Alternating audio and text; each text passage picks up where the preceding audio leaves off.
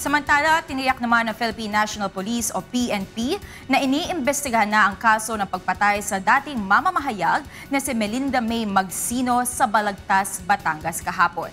Ito ang balita ni Bianca Dava.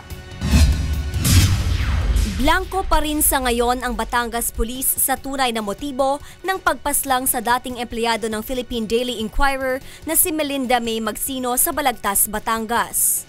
Subalit pagtitiyak ng Philippine National Police, masusi nilang sinisiyasat ang lahat ng anggulo sa pagkamatay ng mamamahayag. Lahat naman yan ng anggulo titignan. Importante rito mabigyan ng linaw kung sino ba yung posibleng gumawa nito.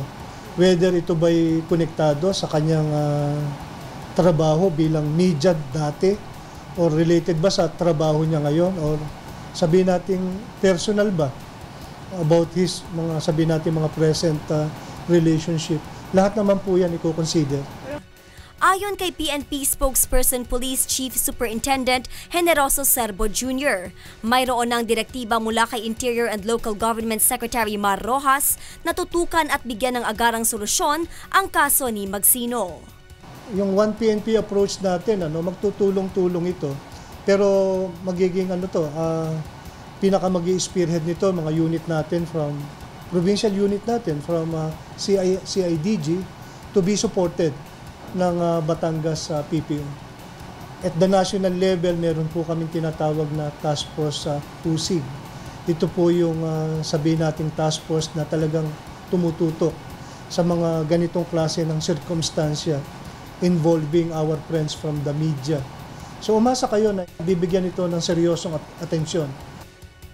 Mariing kinondena ng grupong Kabalikat Kakampi Kasangga o KKK ang walang awang pagpatay sa kanilang miyembro.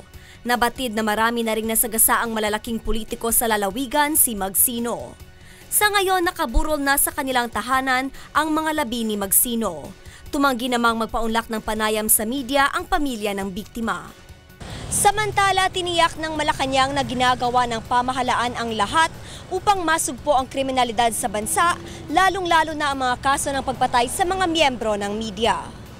Sinabi ni Presidential Communications and Operations Secretary Herminio Coloma Jr. na maliban sa Task Force Usig ng PNP ay nandyan na rin ang Department of Justice at National Press Club na tumutulong sa paglutas ng mga kaso ng pamamaslang sa mga mamamahayag. Nandoon naman yung prioridad na binibigay doon sa pangailangan na pigilin yung mga ganyang krimen sa ating mga komunidad at magbigay ng kapanatagan ng kalooban sa ating mga mamamayan. Bianca Dava, UNTV News, Worldwide.